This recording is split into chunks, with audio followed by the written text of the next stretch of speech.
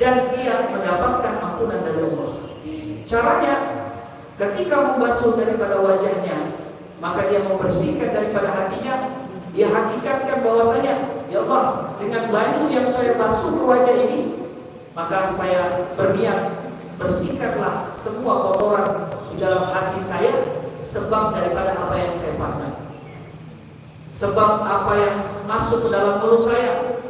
Ketika basuh tangan, ya Allah, sebagaimana Engkau membersihkan jasmani saya, maka bersihkan hati saya, bersihkan perbuatan saya yang saya telah lakukan dengan tangan saya. Itu seterusnya. Membasuh kepala pun seperti itu, basuh telinga pun seperti itu, seterusnya sampai kaki.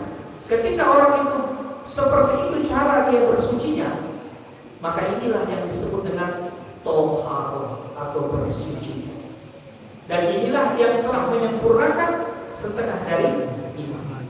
Dan inilah juga yang dikatakan kufira lahum ma taqaddama min dzambihi wa ma ta'akhkhar. Akan diampunkan dosa yang telah lalu dan dosa yang akan datang. Tapi kalau hanya sekedar nadhofah, maka dia hanya kelihatan bersih saja, tapi tidak mendapatkan barokah daripada berwudu. Maka di sini kita belajar kenapa Nabi mengatakan harus maksimal mungkin untuk menyempurnakan, dan bagaimana caranya supaya bisa maksimal, mesti ada ilmunya. Berwudu itu ada yang difardukan, ada yang disunahkan. Jadi harus diketahui apa saja Habib yang difardukan. Difardukan di dalam kitab fikih dijelaskan ada 6. 4 dari Al-Quran, 2 daripada Nabi Muhammad SAW atau dari hadis Nabi. 2 yang dari Nabi, yang awal dan yang akhir, niat dan tertib. Ini perlu diperhatikan. Kemudian yang dari Al-Quran apa? Sebagaimana dikatakan bahwasanya ketika kita bersuci, ketika kita melakukan sholat, maka kita disuruh bersuci, kita disuruh membasuh daripada wajahnya kita. Kemudian yang kedua, membasuh daripada tangan sampai siku. Kemudian yang ketiga, membasuh kepala. Dan yang keempat, membasuh kaki. Ini dalilnya dari Al-Quran. Ini rukun, Pak. Maka kalau tidak menemukan air yang cukup kita mengerjakan yang 4 ini saja. Adapun status daripada niat bagaimana? Ini ulama berbeda pendapat tentang masalah niat. Tentang masalah niat ini ulama berbeda pendapat. Ada yang mengatakan niat tidak diwajibkan, tapi mesti dibaca. Tapi tidak masuk dalam rukun wajib, tapi wajib dibaca. Kenapa? Dalilnya innamal a'malu binniyat. Tapi ketika dia ketinggalan di awal, boleh dia membaca di pertengahan. Nah, itu sebagian ulama mengatakan. Tetapi untuk kita mazhab Imam Syafi'i, niat itu adalah hukumnya wajib. Kalau ditinggalkan tidak sah daripada wudunya. Ini menurut pendapat Imam Syafi'i.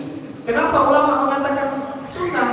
Karena dalilnya dalam Al-Quran, ya ayyuhalladzina amanu idza qumtum ila shalah.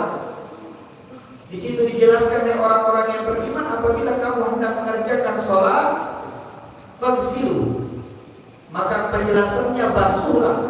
Ketika ada kalimat fagsilu, tidak ada dikatakan kalimat niat di situ, langsung dikatakan fagsilu wujuhakum, basuhlah daripada wajah kalian. Jadi tidak ada bahasa niat di situ. Kalimat niat di situ tidak ada. Maka sebagai ulama yang mengatakan niat adalah sunnah, ambil dalil daripada dalil ini. Karena Al-Quran menjelaskan langsung basuh wajah.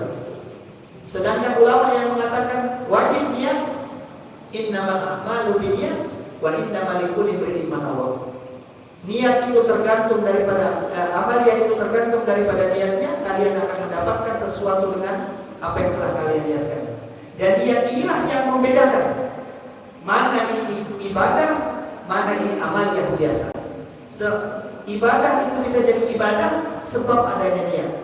Amaliyah itu hanya menjadi amaliyah biasa karena tidak ada niat. Sedangkan amaliyah biasa bisa menjadi ibadah sebab dikarenakan niat. Ibadah tidak menjadi ibadah, menjadi amaliyah biasa sebab juga dikarenakan niat. Maka niat hukumnya wajib bagi Imam Syafi'i. Nah, ini perlu dipahami, perlu dimasukkan di dalam kepala kita.